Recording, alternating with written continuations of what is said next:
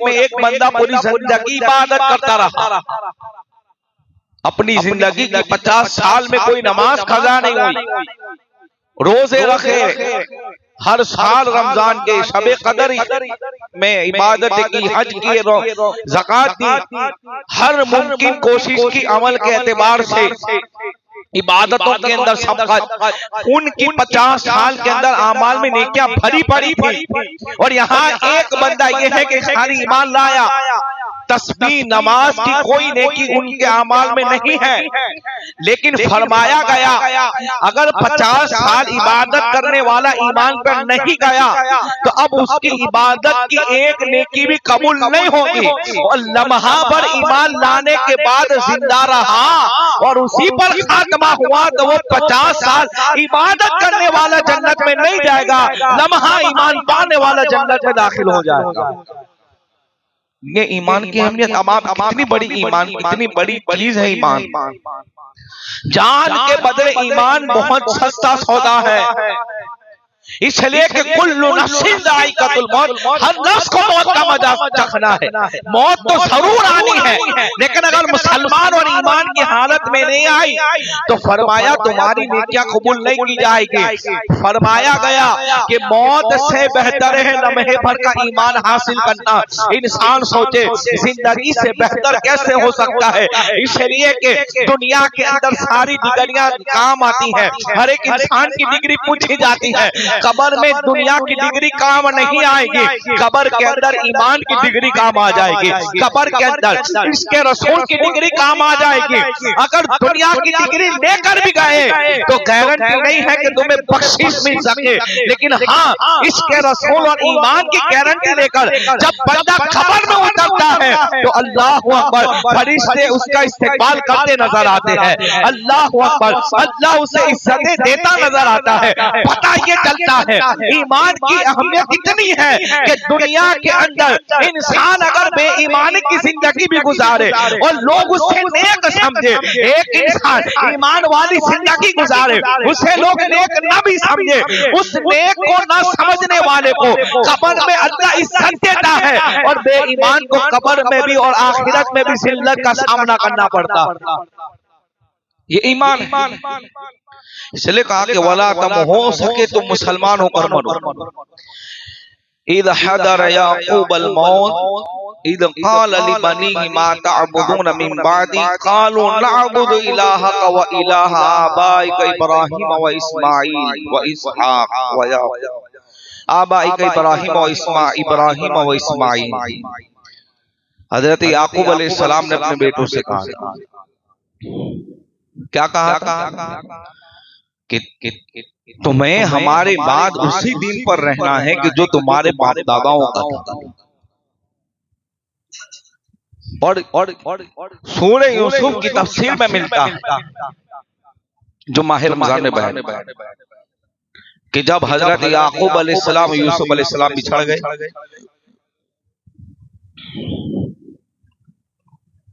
50 साल के बाद मुलाकात हुई और जब जिन लोगों ने कुएं में फेंका,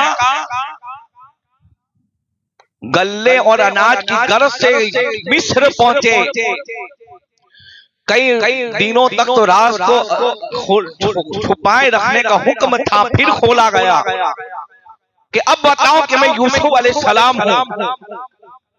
तो जो यहूदा थे, हजरत यूसुफ अलैहिस्सलाम का बड़ा भाई, तो कहा कि अब वाली साहब को मेरा कुर्ता देना ताकि उनकी आंखों पे रखने से उनकी आंखें ठीक हो जाए।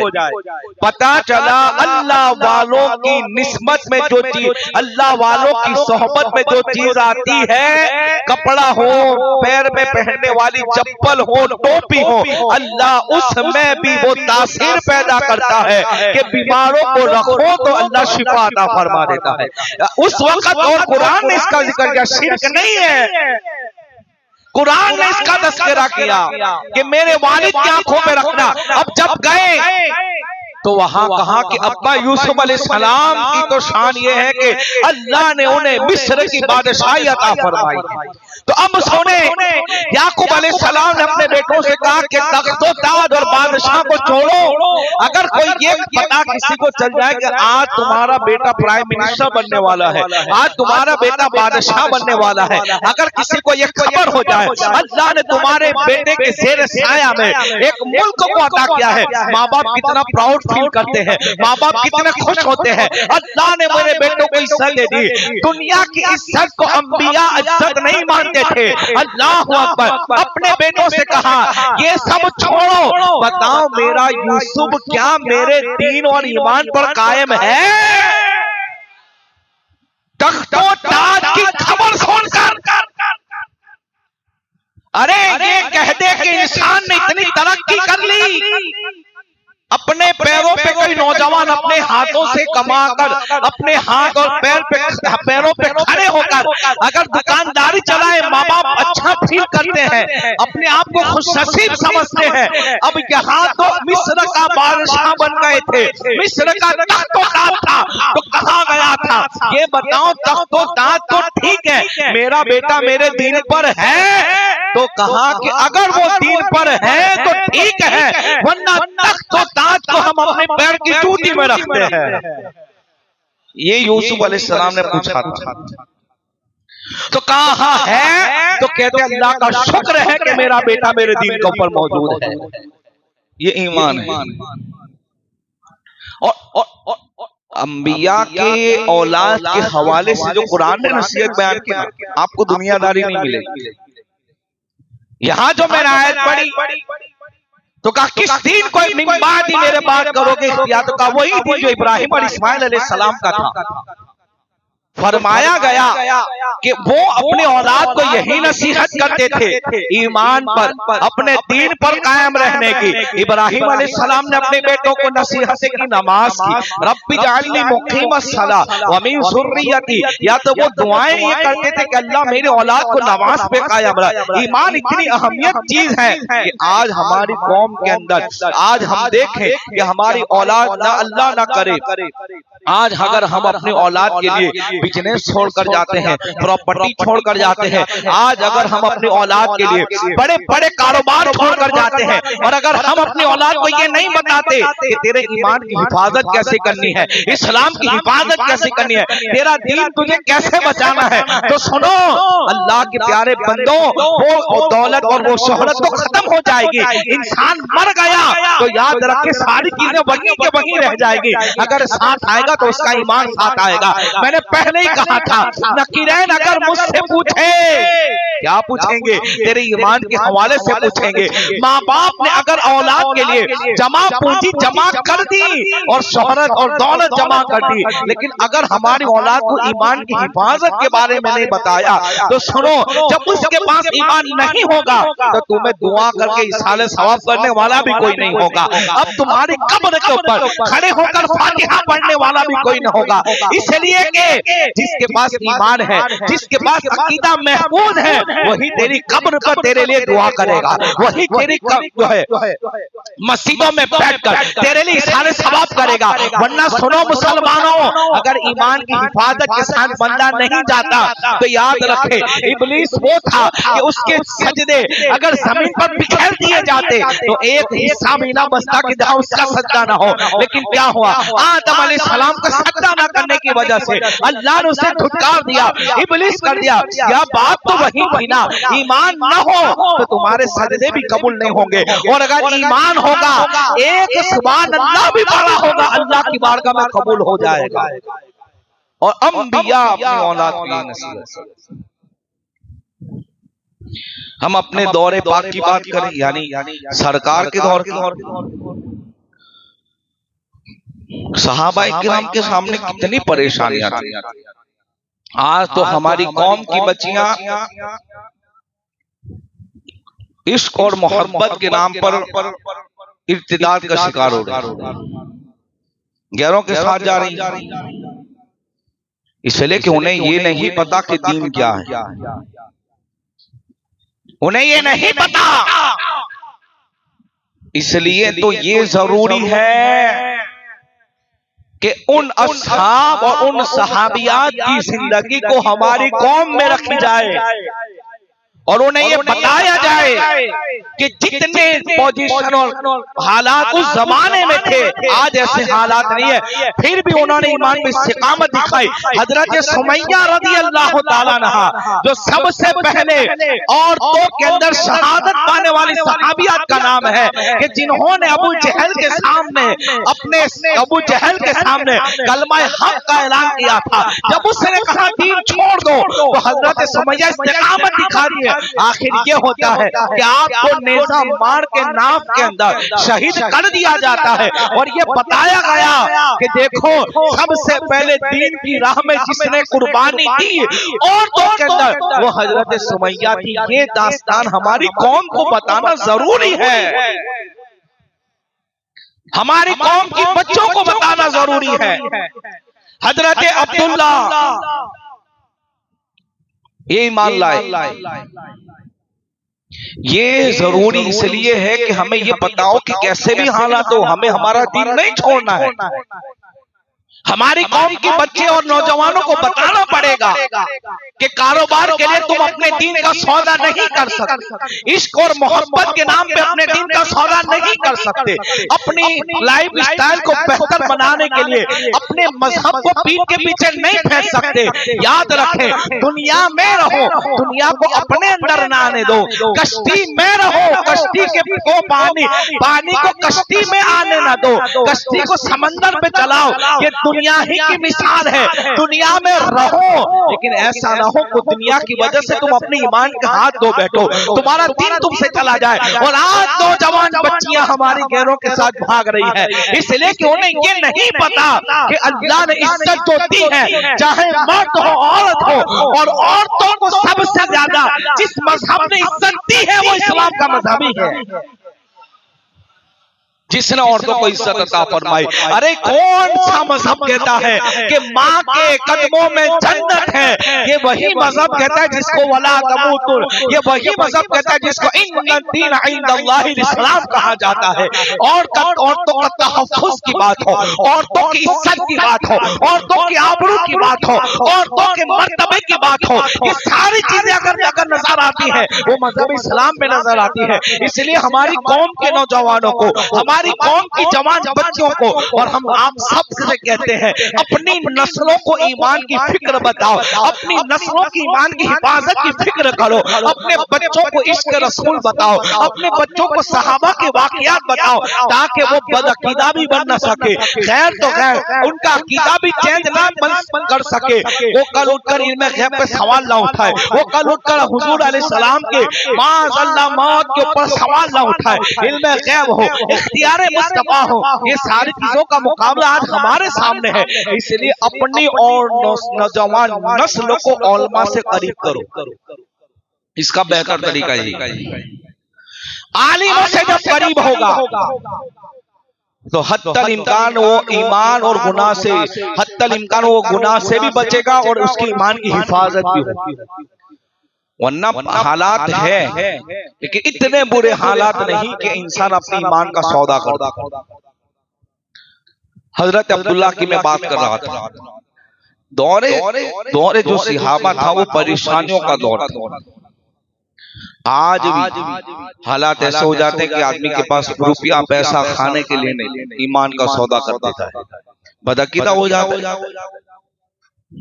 आज अगर बेटियों की शादियों के मामलात में हमने इतनी महंगी करा दी कि इंसान 2 बेटियों की शादी के अंदर कमाने की जिंदगी निकाल देता है, फिर कहता है अब शादी कर इसलिए कितना देना पड़ेगा।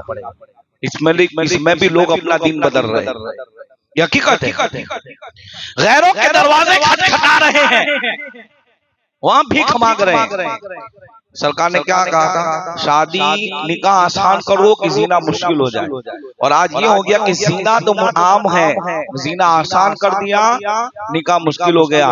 10,000 रुपया जेब में रखने वाला, बड़ी जिम्मेदारी से बात करें, और ये बात मैंने कहीं और भी निकाह की महफिल में कही, 10,000 रखने वाला जीना आराम से कर लेगा, निकाह नहीं कर सकता, कर सकता है। 5,000 रखने वाला जिना जरूर कर लेगा, आसान है, निकाह नहीं कर सकता। इसलिए लेकिन निकाह को इतना मुश्किल कर दिया कि जब तक के 5,000 आदमी ना खिलाओ आपकी शादी नहीं होगी। जबकि ये नहीं है, जो खिलाते हैं उस पे इस्लाम मना नहीं करता। आप खिलाओ 50,000 को खिलाओ, मना नहीं करता। खिलाने में इस्लाम मना नहीं करता। हमारे बुजुर्गान दिन खिलाते, लेकिन जिसके पास नहीं है वो अपने शादियों को रोक के ना रखे कि ताकि नौजवान नस्ल के कदम बहक जाए। ये खास बात है, बच्चियों के कदम बहक न जाए, कहीं उतनी देर ना कर दो। हमारे समाज में ये हालात बना दी। हमें ही समाज को बैठकर नक्की करना होगा कि भाई हम अपने कुछ समाज के रूल्स ऐसे बनाए कि आम हो जाए शादी भी और लोगों के लिए निकाह आसान हो जाए। बनाना पड़ेगा। ये नहीं कहा जाएगा अगर अमीर है तो खिलाए, नहीं खिला सकता तो उस पर जोर जबरदस्ती नहीं कर सकते कि तूने क्यों नहीं खिलाया। निकाह क्या है, हिजामों कबूल हो गया, निकाह हो गया, खाने की भी जरूरत नहीं, छुआरे बांटो। ये जो खिलाते हैं उस पर कोई मना नहीं कर रहा है, लेकिन बात असल ये है कि इतना मुश्किल ना कर दो कि लोग शादियां करने के लिए 10-10 बरस तक मेहनत ना करें, और 1-2 दिन की शादी में 10 साल की मेहनत लगती है, लाखों रुपया जमा करना पड़ता है। इसी में हमारी नौजवान लड़कियां गैर के साथ भी भाग निकलती हैं, शादी डिले होती है। तो इसका मतलब ये तो बहुत अलग टॉपिक है कि इंसान के अल्लाह ने जैसे पेट के लिए खाना रखा है, भूख है, अल्लाह ने नफ्स को क्यों भी एक भूख रखी है। और कुरान कहता है लितस्कुनु इलैहा के मर्द औरत में अल्लाह ने सुकून रखा है। तो हमारा ईमान अर्ज कर रहा था, ये तो बात आ गई तो बता, ईमान की हिफाजत जरूरी है। और आगे हालात ऐसे आएंगे कि हमें हमारे ईमान को मजबूती से पकड़ना होगा। इसलिए कि मैंने शुरू में एक हदीस बयान, हमारे आका ने फरमाया कयामत के करीब ईमान की हिफाजत इतना मुश्किल होगा कि जैसे हाथ में अंगारा रखो। कितने टाइम आदमी रख सकता है हाथ में अंगारा? 1 सेकंड भी नहीं रख सकता। बस ऐसे हालात होंगे। लेकिन हमें सहाबा को देखना है कि उन्होंने अपनी ईमान की हिफाजत कैसे की।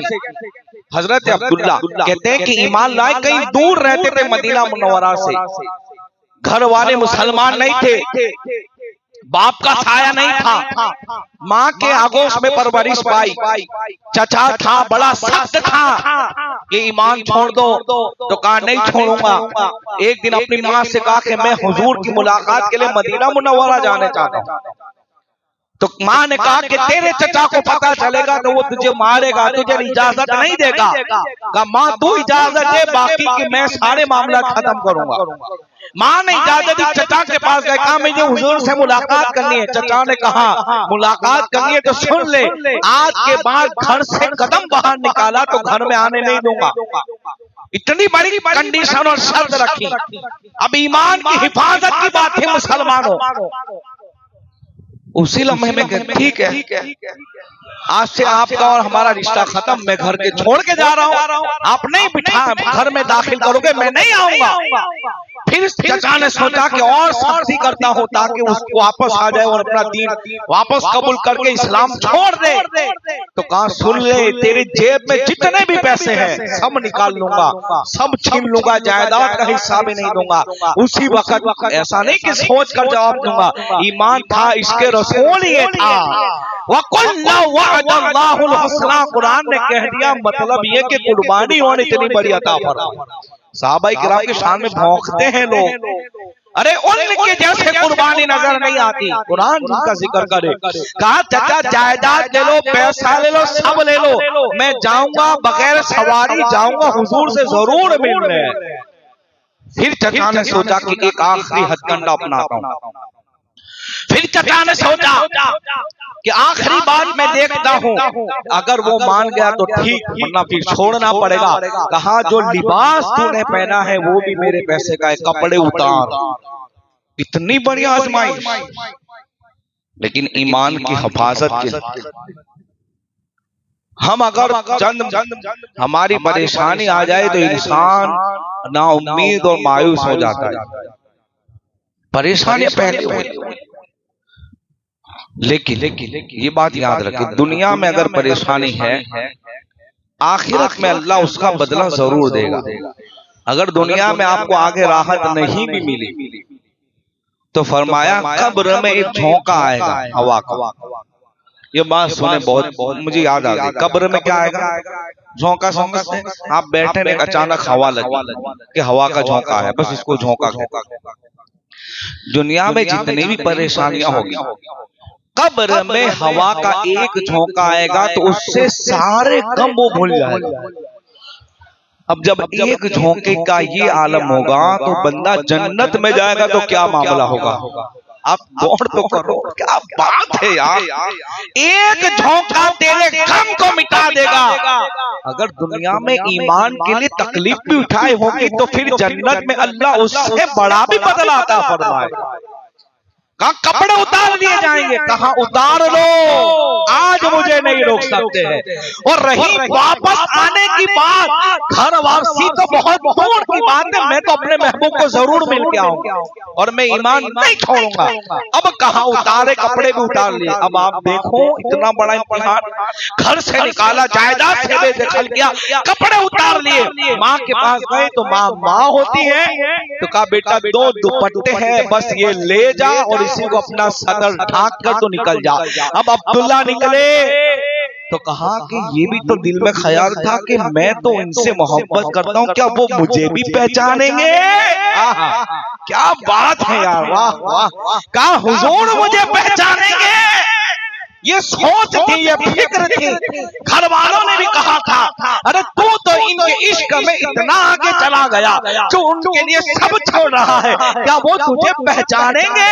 अल्लाह अकबर। अब निकलते हैं तो मदीना मुनव्वरा पहुंचे तो सर्दी की रात थी। अब सोचा यहाँ तो किसी को पहचानता नहीं हूँ, यहाँ तो मैं किसी को जानता नहीं हूँ, यहाँ मेरा कोई नहीं है। मदीना मुनव्वरा की सरजमीन पर पहुंचे। ये बात याद रखे, हजरत अवैस करनी का वाकया पूरा अलग है, ये और सहाबी की बात कर रहा हूँ जिनका नाम हजरत अब्दुल्ला था। मदीना मुनव्वरा की सर्दी थी, सोचा गेस्ट हाउस के तो मामले नहीं थे, रुकने के लिए कोई मकानात तो नहीं थे। फिर दिल में ख्याल आया कि मुसलमानों की मस्जिद होती है, अल्लाह का घर होता है, वहां पहुंचे, अंदर दाखिल हुए तो एक आने वाले ने कहा अब्दुल्ला आ रहा है। क्या बात है, कहा क्या?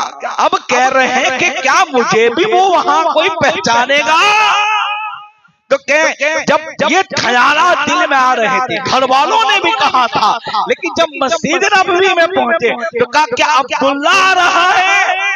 तो कहा हाँ। कहा आप कौन? तो कहा मैं हजरत बिलाल हबशी हूँ। सोच रहे थे ना कि क्या वो भी पहचानेंगे? अरे आका वो नहीं होता कि जो गुलामों से बेखबर हो। अरे मेरे दिल में हुजूर का ख्याल आए, कसम वल्लाह मेरा ईमान और अकीदा ये है कि अगर मैं दुनिया के किसी कोने में भी रहूं और मैं हुजूर को याद करूं तो मेरे मुस्तफा उसे भी देख रहे होते हैं। ये मेरे आका की शान है। आहा, कह रहे हैं कि तुम्हें पता है हुजूर ने बाद नमाज ईशा मुझे कहा था कि बिलाल ये चादर लो और मेरा एक दीवाना अब्दुल्ला आएगा तो उसे दे देना और रात में रुकने के लिए बोल देना। अब वो वहां घर से निकले तो ये नहीं पता था कि क्या वो मुझे पहचानेंगे। माँ कह रही थी बेटा तू तो इन्हें जानता, क्या वो भी तुझे जानेंगे? वल्लाह ऐसा जानते हैं कसम खुदा की। याद रखें कब्र में कोई नहीं आएगा, कब्र में आएंगे तो मेरे मुस्तफा जान रहमत आएंगे, कब्र में लहराएंगे ता हश्र चश्मे नूर के जलवा फरमा होगी जब तलात रसूलुल्लाह की। वो तो हमें ऐसे जानते हैं कि हमारी माँ भी नहीं पहचानती, वो तो हमें ऐसे जानते हैं कि ज़माना हमें नहीं पहचानता। अरे वो हमारे दिल की धड़कन भी जब हमारी सांस भी फूलती है मुस्तफा उसको भी जानते हैं। कहते बिलाल कहते हैं आका कंबल लेकर गए थे, मेरा अब्दुल्ला आएगा। अब रात गुजरती है, फजर में बिलाल हबशी अजान पढ़ते हैं, अजान की वो आवाज थी अल्लाहु अकबर। मुस्तफा जान रहमत की इब्तिदा में नमाज अदा की। हुजूर की सुन्नत ये थी कि नमाज फजर में जमात मुकम्मल होने के बाद मेरे आका सहाबा की तरफ तवज्जो देकर अपने उनके रात के जो है ख्वाब को पूछा करते थे। मेरे मुस्तफा करीब हुए और कहा अब्दुल्ला आया है। घर बार छोड़ पूरी जिंदगी हुजूर की बारगाह में रही। सरकार ने पहचाना और एक बार ऐसा हुआ कि फारूक आजम ने कुछ कह दिया तो सरकार ने कहा इसे कुछ ना कहो, इसलिए कि इसका मेरे सिवा तो कोई ही नहीं है। अब मेरा हुजूर कह दे तो समझो कि कायनात का वो इतना बड़ा ताजदार होता है कि कुतुब और गौस भी हो तो उसके कदम तक नहीं पहुंच सकते हैं। अल्लाह ने वो मर्तबा इन्हें अता फरमा दिया। और जब विशाल हुआ तो खुद हुजूर अलैहिस्सलाम ने कब्र में भी उतारा। अल्लाह ने उन्हें इनाम ईमान की वजह से उन्होंने इतनी तकलीफ उठाई। कहना ये चाह रहा था मुसलमानों की अगर हालात कहीं भी कैसे भी हो, हमें हमारा मजहब में कोई कॉम्प्रोमाइज नहीं करना, मजहब के हवाले से कोई कॉम्प्रोमाइज नहीं करना। ईमान की और नस्लों की ईमान की हमें फिक्र करनी होगी आगे कैसे हालात आएंगे। आपको मैं क्या बताऊं, मुझसे बेहतर जानते हैं। हमारी औलाद को हमें बताना होगा कि सुन्नियत क्या है, इसके रसूल क्या है, हमारा मजहब क्या है, हमारा दीन क्या है। कुछ भी हो जाए हम अपने ईमान के सौदे के हवाले से किसी के सामने नहीं झुकेंगे। हमारे दिल में अहले बैत की भी मोहब्बत हो और हमारे दिल में सहाबा की भी मोहब्बत हो, हमारे दिलों में औलिया अल्लाह वालों की भी मोहब्बत हो। और हमारा दीन तो ये कहता है कि अगर कोई नमाजी भी हो और नेक होना तो उसकी मोहब्बत भी दिल में रखो। अल्लाह वालों की तो बहुत दूर की बात है, अहले बैत की तो दूर की बात है, सहाबा की दूर की बात है। नेक आदमी हो तो फरमाया उसकी मोहब्बत भी दिल में रखो। इसलिए दिल में अगर इन लोगों की मोहब्बत होगी तो इंशाअल्लाह ये दिल कभी मैला होगा नहीं। और जब दिल मैला नहीं होगा तो मरने के बाद कफन भी मैला नहीं होगा। मोहम्मद के गुलामों का तो कफन भी मैला नहीं होता।